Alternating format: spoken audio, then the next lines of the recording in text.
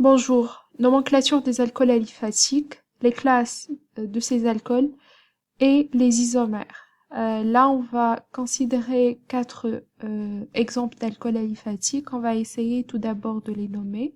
Après, on va essayer de trouver leur classe et de trouver les alcools ou plutôt les isomères. Voilà. Donc, commençons par l'alcool A. Donc c'est le CH3, CH2, CH2, CH2, OH.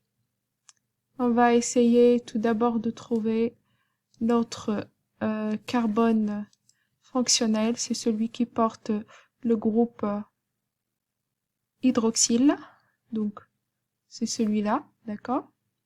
On va essayer de trouver la chaîne carbonée la plus longue. Donc là, heureusement que il s'agit d'un alcool aliphatique d'une chaîne semi-développée linéaire, d'accord? Donc c'est cette chaîne-là. On est bien d'accord. Après, on va essayer de numéroter les carbones tout en faisant attention à avoir l'indice le plus faible pour le carbone fonctionnel. Donc on va partir par là. 1, 2, 3, 4. D'accord?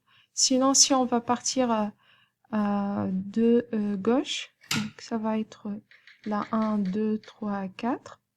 Donc ça sera en quatrième position pour le carbone fonctionnel. D'accord? Donc on va le nommer. Ça va être 1, 2, 3, 4, donc 4 carbones. Ça va être le but, tan, 1, ol. Donc dans le cas où l'indice de notre groupe hydroxyle est égal à 1, on peut l'éliminer, on peut tout simplement le nommer butanol. D'accord? Mais faites attention, si jamais c'est 2, donc il faut noter 2, hein, on ne peut pas l'éliminer. Passons à notre deuxième exemple, c'est l'alcool aliphatique donc B. Voilà.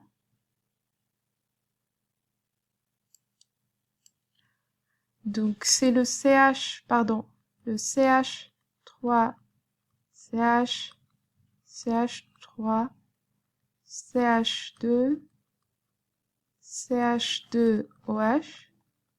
C'est le Cr.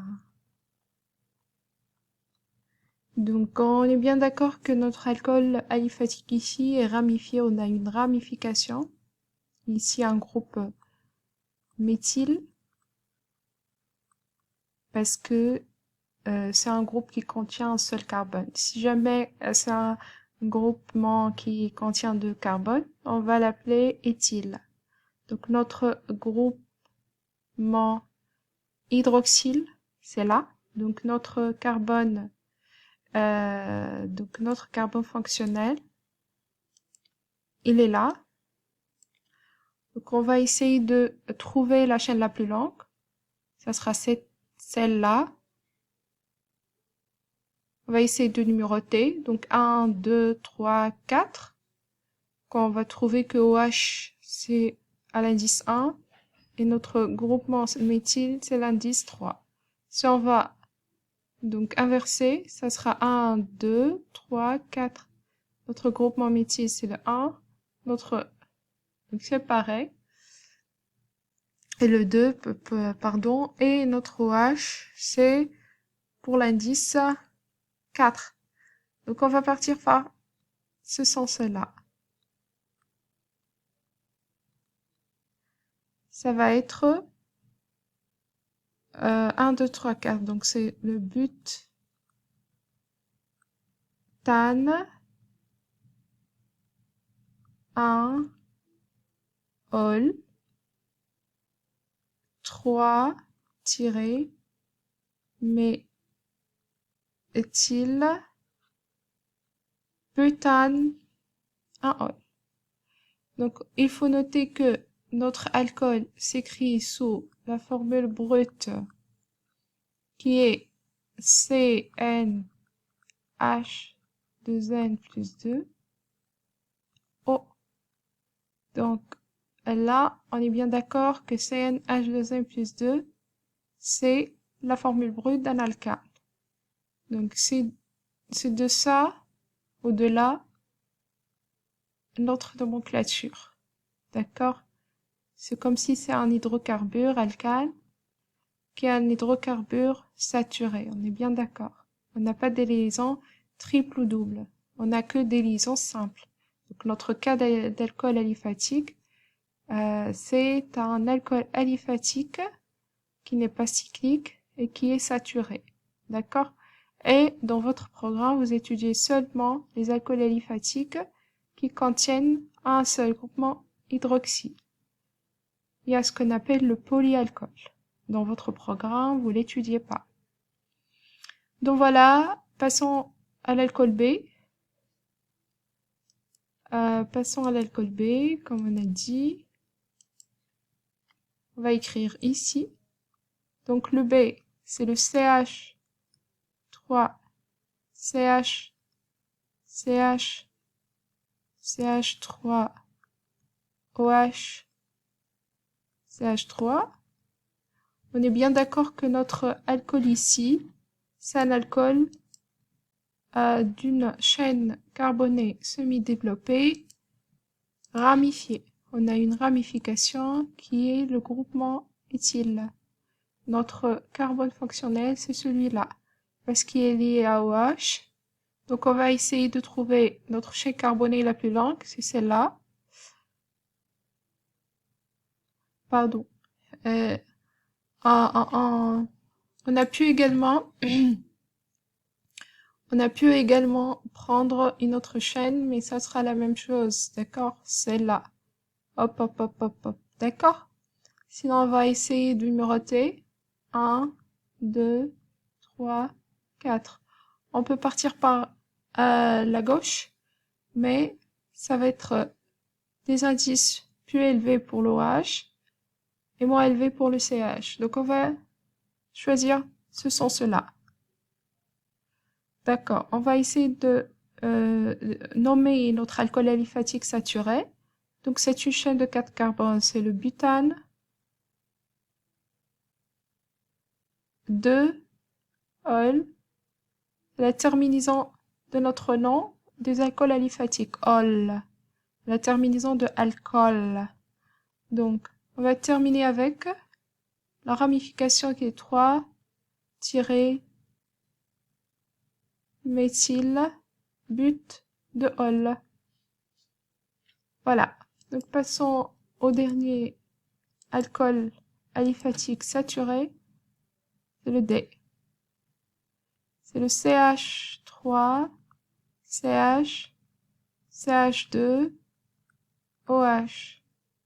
Là, il y a une ramification de CH3. Donc, il y a une ramification, un groupement méthyle. Notre carbone... alors, notre carbone fonctionnel, on est bien d'accord qu'il est celui-là. D'accord? Parce que notre groupement hydroxyle, c'est là, qui est le groupement essentiel de la fonction alcool. Donc, trouvons notre chaîne la plus longue, chaîne carbonée, c'est celle-là. D'accord, on va essayer de numéroter. C'est 1, 2, 3. 1, 2, 3. Donc, c'est là, c'est ce sens-là.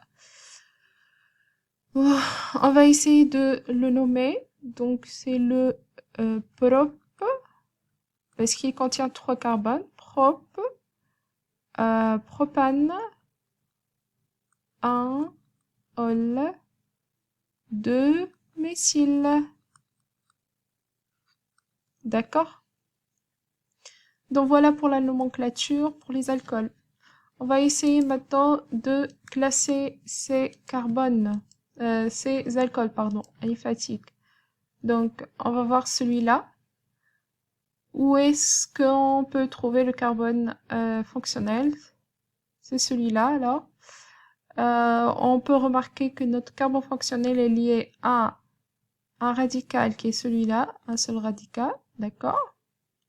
Et deux hydrogènes. Donc, il s'agit d'un alcool primaire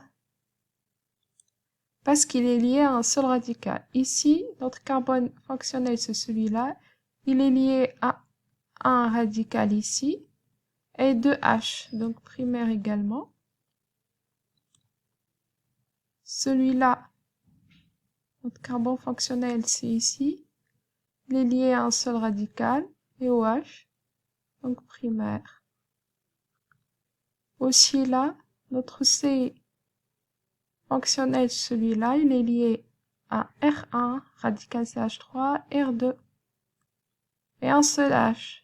Donc, il s'agit d'un alcool secondaire. D'accord? Donc là, on est fini pour les classes. On passe aux isomères. Pour les isomères,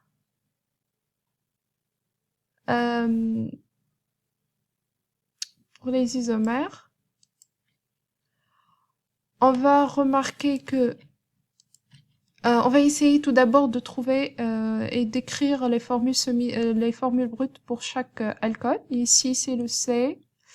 1, 2, 3, 4, 4. Donc, H2M plus 2, c'est 2 fois 4, c'est 8, plus 2, c'est 10. On peut vérifier, hein.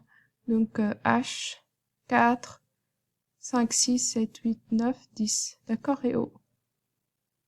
On va bien l'écrire. Ici, notre alcool primaire, ça s'écrit C 1, 2, 3, 4, 5. 5. Donc H12. O. Ici, c'est le C4. H 12 également. O. Non. Attendez. 6, 7, 8, 9, 10, 10, 10. D'accord?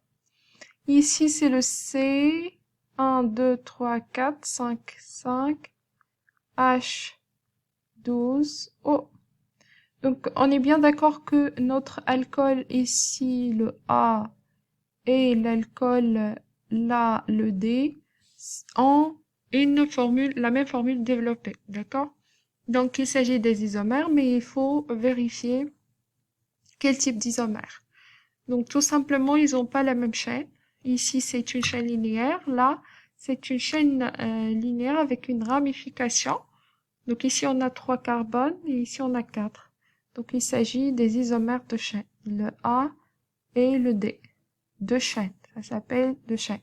Donc, des isomères de chaîne, ce sont des isomères qui ont une formule la même formule brute, mais des formules semi-développées différentes qui se diffèrent par leur chaîne carbonée. Donc, on a bien remarqué que notre alcool aliphatique C et B ont la même formule brute, d'accord? Ils sont des isomères. Donc, vérifions quel type d'isomère. Ça s'écrit 3-méthylbutane 2-ol, 3-méthylbutane 1-ol. Donc, c'est l'indice de notre groupement hydroxyle qui se diffère. Ça veut dire ce sont des isomères de position.